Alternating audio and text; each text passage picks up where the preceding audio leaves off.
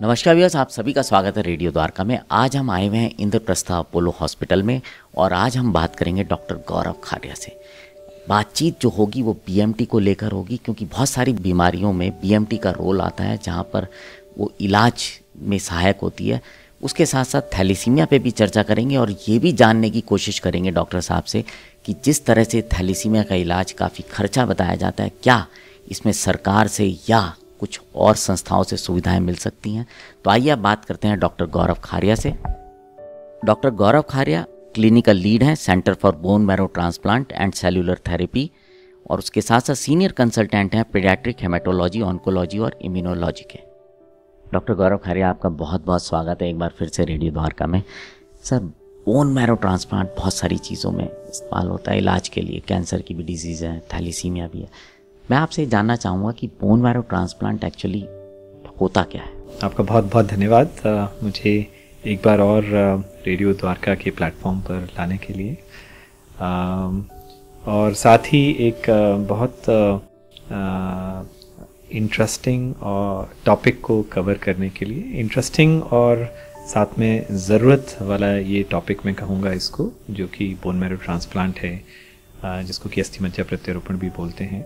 जैसा आपने बताया कि ये काफ़ी सारी बीमारियों के लिए एक पुख्ता इलाज की तरह से उभर के आ रहा है। काफ़ी सारी बीमारियां जैसे कि ब्लड कैंसर्स होते हैं, हाई रिस्क ब्लड कैंसर्स होते हैं, एप्लास्टिक एनीमिया होता है।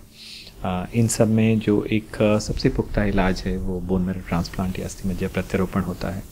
इस तरह कुछ आनुवांशिक बीमारियां भी होती हैं, जैसे कि थैलीसीमिया है, ट्रांसफ्यूजन डिपेंडेंट थैलीसीमिया, जो कि हमारे देश में काफ़ी कॉमन है।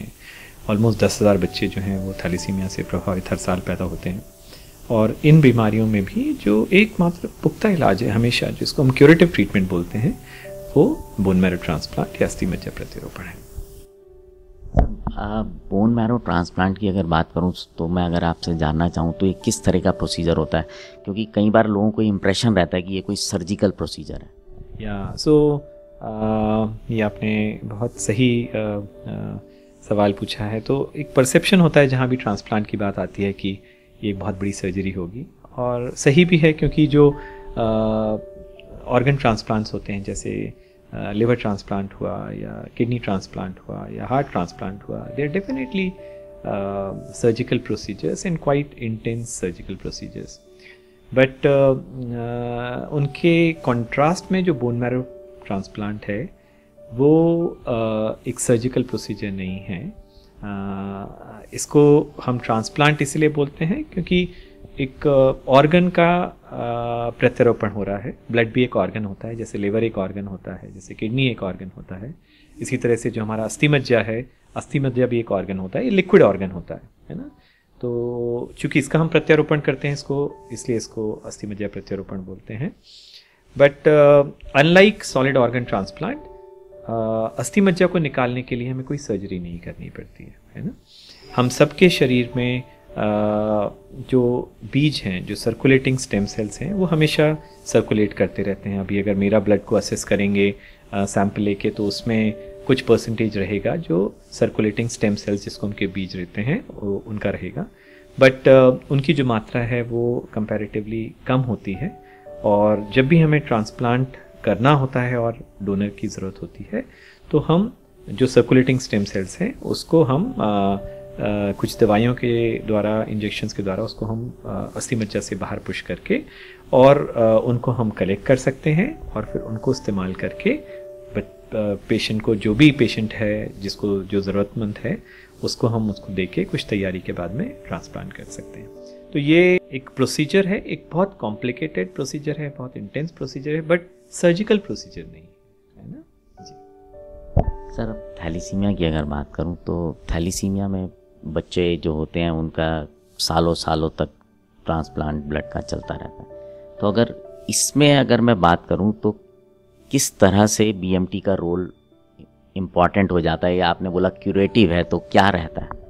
तो थैलीसीमिया एक बहुत कॉमन बीमारी है हमारे देश में, और वर्ल्ड में भी जो दो सबसे कॉमन रक्त विकार होते हैं, लाल रक्त के विकार जो होते हैं, रेड ब्लड डिसऑर्डर्स, उसमें सिकल सेल डिजीज़ और थैलीसीमिया सबसे कॉमन होते हैं। हमारे देश में भी ये दोनों बीमारियां काफ़ी ज़्यादा प्रेवेलेंट हैं, सिकल सेल डिजीज़ और थैलेसीमिया। तो थैलेसीमिया जैसा आपने बताया एक आनुवांशिक बीमारी है जो किसी भी बच्चे में अपने पेरेंट्स से आती है। दोनों पेरेंट्स अगर कैरियर हैं पर उनका जो डिफेक्टिव जीन है दोनों का अगर साथ में मिलके किसी बच्चे में आ जाता है तो उसको थैलेसीमिया मेजर हो जाता है और उसको सारे सिम्टम्स होते हैं जो थैलेसीमिया के वो आने लगते हैं। सिम्टम्स अगर हम बात करें तो इन बच्चों को करीब 5 से 6 महीने के आसपास, जन्म के 5 से 6 महीने के बाद इनका जो हीमोग्लोबिन है वो कम होने लग जाता है क्योंकि बोन मैरो उतना ब्लड नहीं प्रोड्यूस कर पाती है और हीमोग्लोबिन कम होने के कारण बच्चों का जो विकास है वो उतना ठीक नहीं हो पाता, काफ़ी क्रैंकी हो जाते हैं बच्चे। तो इसी तरह से पेरेंट्स को अंदाज़ा लगता है कि बच्चे में कुछ परेशानी है और इसका विकास ठीक नहीं हो पा रहा है और जब जांच करते हैं तो थैलेसीमिया का कंफर्मेशन होता है। चूँकि अस्थि मज्जा जो है वो थैलेसीमिया में ठीक से ब्लड नहीं बना पाता, जो ब्लड बनता है काफ़ी सारा ब्लड अस्थि मज्जा के अंदर ही, चूँकि सेल्स जो होते हैं वो ऑप्टिमल क्वालिटी के नहीं रहते हैं रेड सेल, इसलिए अस्थि मज्जा के अंदर ही उसका डिस्ट्रक्शन हो जाता है और इसी के चलते इन बच्चों को बार बार ब्लड की ज़रूरत होती है। हर 3 से 4 हफ्ते में ब्लड की ज़रूरत होती है जिससे कि हम हीमोग्लोबिन का लेवल एक सर्टेन लेवल पे मेंटेन कर सकें और बच्चों का विकास जो है वो नॉर्मली हो सके। और अनफॉर्चुनेटली ये जो प्रक्रिया है ये सारी ज़िंदगी चलानी होती है। तो एक ये ट्रीटमेंट है थैलेसीमिया का जिसको कि हम सपोर्टिव केयर बोलते हैं और ये जैसे ही बच्चे को डायग्नोसिस होता है किसी बच्चे का, बिना किसी विलम्ब के, बिना किसी देरी के उस बच्चे का सपोर्टिव केयर शुरू होना चाहिए, जो कि ब्लड ट्रांसफ्यूजन होता है। कुछ ब्लड ट्रांसफ्यूजन के बाद में 8 से 10 ब्लड ट्रांसफ्यूजन के बाद में जो शरीर में आयरन की मात्रा है वो बढ़ जाती है, उसके लिए उसका केलेशन शुरू होना चाहिए। 2 शब्द ब्लड ट्रांसफ्यूजन के बारे में बोलना चाहूँगा। ब्लड ट्रांसफ्यूजन एक बहुत ही सोफिस्टिकेटेड चीज़ है, इसलिए हमें उसको कभी भी लाइटली नहीं लेना चाहिए, स्पेशली थैलेसीमिया वाले बच्चों में। जब हम इनमें ब्लड ट्रांसफ्यूजन की बात करते हैं तो एग्जैक्टली हम बात करते हैं रेड सेल ट्रांसफ्यूजन की, क्योंकि इन बच्चों को सिर्फ लाल कण की ज़रूरत होती है। इनके सफ़ेद कण और जो पीले कण होते हैं प्लेटलेट्स वो नॉर्मल होते हैं, तो इनको हमें होल ब्लड कभी नहीं देना चाहिए। इन बच्चों को हमें सिर्फ और सिर्फ पैक्ड रेड ब्लड सेल देना चाहिए। और पैक्ड रेड ब्लड सेल भी एक फ़िल्टर होता है, ल्यूकोसाइट फ़िल्टर, उसको इस्तेमाल करके देना चाहिए जिससे कि हम रिएक्शंस को मिनिमाइज़ कर सकें। हमेशा जो ब्लड का लेवल है, हीमोग्लोबिन का लेवल है इन बच्चों में वो 9.5 से ऊपर रखना चाहिए। तो ये थोड़े बहुत चीज़ें होती हैं जो हमें थैलेसीमिया प्रभावित बच्चे हैं जो जिनको ब्लड ट्रांसफ्यूजन चल रहा है उनका इन चीज़ों का हमें ध्यान रखना चाहिए। तो एक तो ये इलाज हुआ जिसमें कि इन बच्चों को डायग्नोसिस के बाद से सारी ज़िंदगी ब्लड चढ़ता रहता है, बाकी सारी दवाइयाँ आयरन निकालने वाली चलती रहती हैं। इसका एक जो हम क्यूरेटिव बात करें कि भाई ऐसा कोई बीमारी, ऐसा कोई इलाज है जिससे कि हम इसको हमेशा के लिए ठीक कर सकें, तो वो बोन मैरो ट्रांसप्लांट है जिसको कि हम अस्थि मज्जा प्रत्यारोपण भी बोलते हैं, जिसके चलते हम एक बार में ही इस बीमारी को हमेशा के लिए ख़त्म कर सकते हैं। जैसे आपने बताया कि हमेशा के लिए ख़त्म किया जा सकता है, पर जहाँ तक मैंने सुना है और जो एक जनरल इम्प्रेशन है कि ये BMT जो है ये बहुत ही एक्सपेंसिव प्रोसीजर होता है, ये साधारण आदमी की रीच से बाहर होता है। जबकि मुझे ऐसा लगता है कि आपके पास तो शायद हर तरह के पेशेंट आते होंगे, हर प्रोफाइल के पेशेंट आते होंगे थैलेसीमिया को लेकर, पर ज़्यादातर लोग ऐसे पाते होंगे जो कि शायद उस स्थिति में नहीं होते होंगे कि उस खर्चे को उठा सकें। तो क्या इसके लिए भी कुछ चीज़ें हैं, कुछ थोड़ा इसके बारे में बताएंगे? बिल्कुल, आपने सही सवाल पूछा। तो अनफॉर्चुनेटली ये जो थैलेसीमिया है अभी भी ये ज़्यादातर ऐसे लोगों में है, ऐसे कम्युनिटीज़ में है हमारे यहाँ जिनका जो आर्थिक स्थिति है वो ठीक नहीं होती। और ओवरऑल भी अगर एवरेज हम देखें तो किसी भी परिवार में अगर बच्चे को बोन मैरो ट्रांसप्लांट की ज़रूरत है, सारे जो कपल्स रहते हैं, यंग कपल्स रहते हैं, है ना, तो किसी को भी अगर ऐसे इतने बड़े इलाज की ज़रूरत पड़ती है तो अनफॉर्चुनेटली किसी के पास रेडिली अवेलेबल फंड्स नहीं होते हैं कि 10 लाख, 12 लाख, 15 लाख, 20 लाख जो भी इलाज का खर्चा आना है, डिपेंडिंग ऑन बच्चे की उम्र कितनी है, बच्चे का वज़न कितना है, डोनर किस तरह का अवेलेबल है, full match donor, sibling donor available है, फुल मैच अनरिलेटेड डोनर है या हाफ मैच ट्रांसप्लांट है। तो अलग अलग परिस्थितियों में अलग अलग तरह का ट्रांसप्लांट होता है जिसका अलग अलग खर्चा आता है। बट ओवरऑल अगर हम बात करें कि ज़्यादातर बच्चों में जो हम फुल मैच ट्रांसप्लांट करते हैं कि उनके भाई या बहन का अगर जेनेटिक मैच मिल जाता है, कई बार माता पिता से भी जेनेटिक मैच मिल जाता है, और उनको लेके अगर हम ट्रांसप्लांट करें तो जो एवरेज एक्सपेंसेस हैं वो करीब 14-15 लाख के आसपास आते हैं less than 10 years of age में। ये भी काफ़ी सारे लोगों के लिए एक बहुत बड़ा अमाउंट है। 15 lakh is also not easy. और इसी को ध्यान में रखते हुए सरकार ने कुछ बहुत ही अच्छी पहल की हैं, बहुत ही अच्छे इनिशिएटिव्स लिए हैं जिसके चलते इन बच्चों की हम मदद कर पाते हैं। और ऑलमोस्ट 90% तक के जो एक्सपेंसेस हैं वो अब हम किसी न किसी जो सहायता राशि है डिफरेंट एजेंसी से, गवर्नमेंट की और नॉन गवर्नमेंट ऑर्गेनाइजेशन से, वो हमें मिल जाता है और इन बच्चों का हम इलाज कर सकते हैं। थोड़ा सा बताना चाहेंगे, मैं चाहूँगा कि जो आपने बोला जैसे गवर्नमेंट की स्कीम्स हैं, थोड़ा सा लोग को जो सुन रहे हैं उनको शायद। तो देखिए, इसमें जो एक सबसे महत्वपूर्ण और बहुत ही अच्छी स्कीम है which has come as a boon for us as clinicians and for the patients definitely, because दोनों लोग स्ट्रगल करते थे। पेरेंट्स स्ट्रगल करते थे कि उनके पास पैसे नहीं होते थे, हम लोग स्ट्रगल करते थे कि हम इन बच्चों को एक अच्छी ज़िंदगी देना चाहते हैं बट नहीं दे पाते हैं क्योंकि फंड्स का क्रंच रहता है।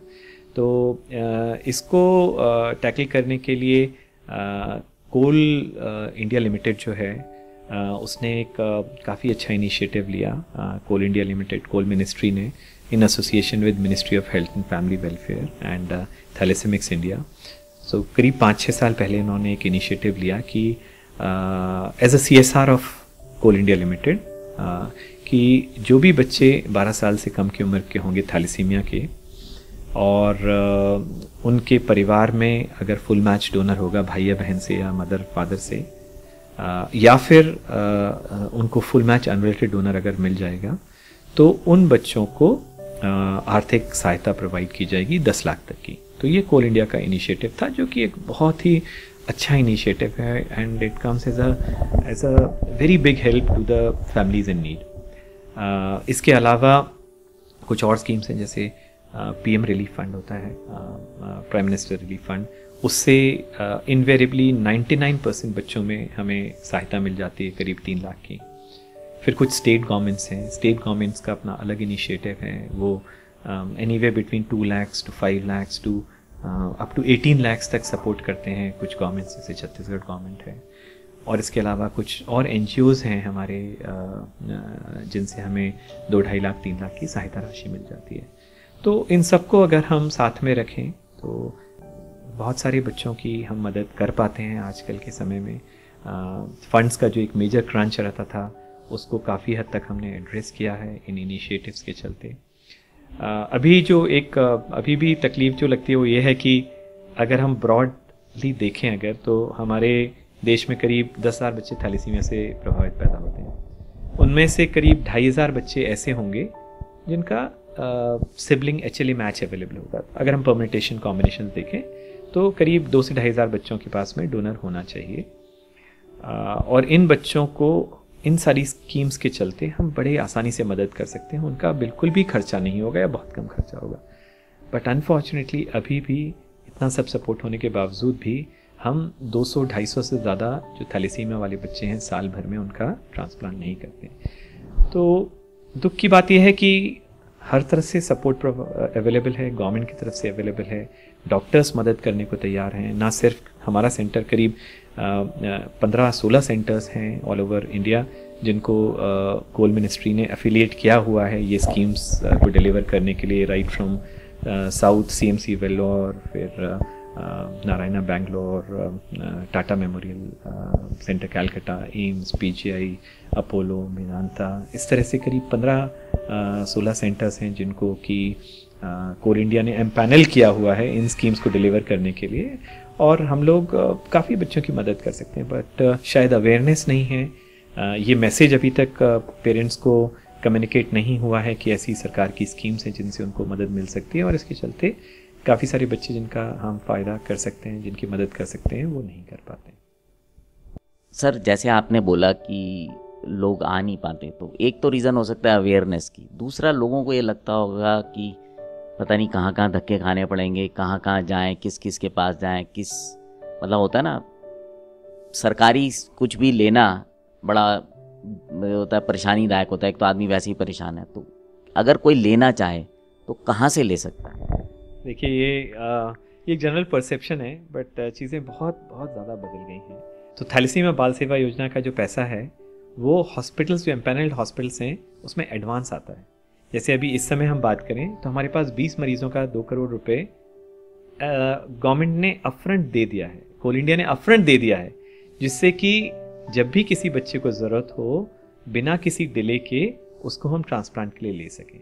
कुछ फॉर्मेलिटीज़ होती हैं जो हमें पूरी करनी होती हैं, उनके कुछ क्राइटेरिया हैं कि बच्चे की हालत ठीक होनी चाहिए, उसकी उम्र ठीक होनी चाहिए, उसका फेरेटिन लेवल अच्छा होना चाहिए, मैच सिबलिंग डोनर होना चाहिए, जो आय है सालाना आय है वो 8 लाख से कम होनी चाहिए। तो ये डॉक्यूमेंट्स हमें 5-6 लगाने होते हैं, और जैसे ही हम डॉक्यूमेंट्स लगाते हैं, हर महीने 1.5 महीने में जो ministry of health and family welfare, thalassemics India और जो अफिलिएटेड सेंटर्स हैं उनकी मीटिंग होती है और उसमें ये केसेस अप्रूव होते हैं।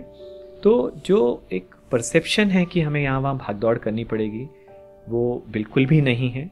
कोल इंडिया का जो फंड रहता है वो हॉस्पिटल्स में एडवांस में आया हुआ होता है, सिर्फ हमें अप्रूवल लेना होता है बच्चे के लिए। दूसरा, पीएम के लिए ज़रूर एप्लीकेशन जाके वहाँ देनी होती है, but that is also a single window system. सिर्फ एक हमारा जो एस्टिमेट लेटर है और पेशेंट अपनी एक एप्लीकेशन के साथ में वहाँ जाके अगर अर्जी देता है प्राइम मिनिस्टर ऑफिस में, तो विद इन 3 to 4 वीक्स जो फंड्स हैं वो जो भी सेंटर जहाँ पर वो ट्रांसप्लांट करवाना चाह रहे हैं वहाँ पर फंड्स एलोकेशन का लेटर आ जाता है। तो चीज़ें काफ़ी सिंप्लीफाई हो गई हैं, यहाँ वहाँ भागने की बिल्कुल भी ज़रूरत नहीं होती। हॉस्पिटल्स में हमारे यहाँ जैसे एक हमने कोऑर्डिनेटर हैं, उनका सिर्फ यही काम है कि सारे बच्चों को जो भी थैलेसीमिया बाल सेवा योजना वाले हैं उनको जो भी जिस तरह की भी मदद चाहिए वो प्रोवाइड करें। तो हिमशिखा जी जो हैं वो इसी चीज़ को देखते हैं, और सारे हॉस्पिटल्स में एक एक कोऑर्डिनेटर एलोकेटेड हैं इस चीज़ को, इस स्कीम को डिलीवर करने के लिए। तो ये भी एक मन में जो लोगों के विचार आता है जो कि बहुत वैलिड है, मतलब वो लोग इसी चीज़ से जूझते आए हैं इतने समय, तो ऐसा परसेप्शन होना गलत नहीं है। बट चीज़ें बहुत चेंज हो गई हैं और उनको कहीं भी भागने की ज़रूरत नहीं है, बस उनको आके और अपने जो भी डॉक्यूमेंट्स हैं वो प्रोवाइड करना है। Rest of the things will be taken care by the concern coordinator at any side hospital. Sir बहुत बहुत धन्यवाद। सबसे पहले तो ये कहूँगा, आपने जो जानकारी दी एक्चुअली मेरी नॉलेज में तो नहीं थी, और मुझे ऐसा लगता है बाकी लोगों को भी नहीं पता होगा, तभी लोग इस चीज़ के लिए आगे नहीं आ रहे होंगे, क्योंकि ये बहुत ही सिंप्लीफाइड सा तरीका है। सर आखिरी में एक सवाल लेना चाहूँगा कि बोन मैरो ट्रांसप्लांट की अगर मैं बात करूँ थैलेसीमिया को उसमें लेके, तो क्या सक्सेस रेट रहता होगा? ये भी पेरेंट्स का एक परसेप्शन रहता है कि सक्सेस रेट जो है बहुत बड़ा प्रोसीजर है, सक्सेस रेट इसका 50-60% रहता है, जो कि था पहले 20-30 साल पहले था। चीज़ें बहुत आज के समय में बदल गई हैं। जो टेक्निक्स हैं, जो सेंटर्स हैं जो ट्रांसप्लांट ऑफ़र करते हैं, उनका एक्सपीरियंस बहुत बढ़ गया है। और अगर हम सही समय पे, मैं अपने ही अगर सेंटर की बात करूं, अगर हम सही एज पे बच्चे को ले पाते हैं फुल मैच डोनर ट्रांसप्लांट के लिए, तो सक्सेस रेट इज़ अप्रॉक्सीमेटली 96-97%। अब ये इतने इंटेंस प्रोसीजर है कि 100% बोलना तो इम्पॉसिबल है। वो 2-3% जो अनसर्टेनिटी है मेडिकल साइंस की वो तो हमेशा रहेगी, बट यस अगर हमें सही समय पे और सही एज पे, सही कंडीशन पे बच्चा मिले और उसका फुल मैच ट्रांसप्लांट अगर होना है भाई या बहन से, सक्सेस रेट इज़ अप्रॉक्सीमेटली 96-97%। सो जो भी एलिजिबल बच्चे हैं थैलेसीमिया से ग्रस्त हैं, less than 10 years, less than 12 years के हैं, और अगर उनका भाई या बहन का मैच है तो प्लीज़ डिले मत कीजिए। try to avail this facility which government has initiated, and doctors are also very much willing to support it, and not only doctors, I mean hospitals also. Hospital has been so much supportive. मतलब ये thalassaemia बाल सेवा योजना के लिए जब हमने Apollo में भी इनिशिएटिव लिया, बात की, तो administration was also so much supportive that this is something for a very good cause, we will support it in whatever best possible way, and same is the case with other hospitals as well. तो आप लोगों से बस दरख्वास्त यही है, आपके द्वारा अगर ये मैसेज हम कन्वे कर सकें ज़्यादा से ज़्यादा लोगों को, ज़्यादा से ज़्यादा ऑडियंस को, और सब्सिक्वेंटली भी ये मैसेज पास हो सके, तो हो सकता है हम ज़्यादा से ज़्यादा बच्चों की मदद कर पाएँ। नहीं सर, बिल्कुल आप लोग तो कर ही रहे हैं, हम भी प्रयास करते हैं आज से। सो व्यूअर्स, आपने सुना, और ये बहुत इम्पॉर्टेंट है उन लोगों के लिए जो लोग जिनके बच्चे इस बीमारी से ग्रस्त हैं, और वो इलाज में अफोर्डेबिलिटी का एक क्वेश्चन आ जाता है कि पैसे हैं या नहीं है, कैसे कराएं। तो जैसे डॉक्टर गौरव खारे ने बताया, ये स्कीम अवेलेबल है देश के कुछ सेलेक्टेड हॉस्पिटल्स में, उनमें से एक जहां डॉक्टर गौरव हैं, अपोलो हॉस्पिटल, यहाँ पर भी है। और भी आप जान सकते हैं अपने शहर में कहाँ पर, किस अस्पताल में सुविधा उपलब्ध है। एक चीज़ और कहूँगा कि जो लोग भी इस कार्यक्रम को सुन रहे हैं वो प्लीज़ इसको और लोगों तक ज़रूर शेयर करें, ताकि किसी ज़रूरतमंद का इलाज सिर्फ इस बात से ना होने से रह पाए कि पैसे नहीं हैं। तो आपसे विदा लेते हैं, जुड़े रहें रेडियो द्वारका के साथ।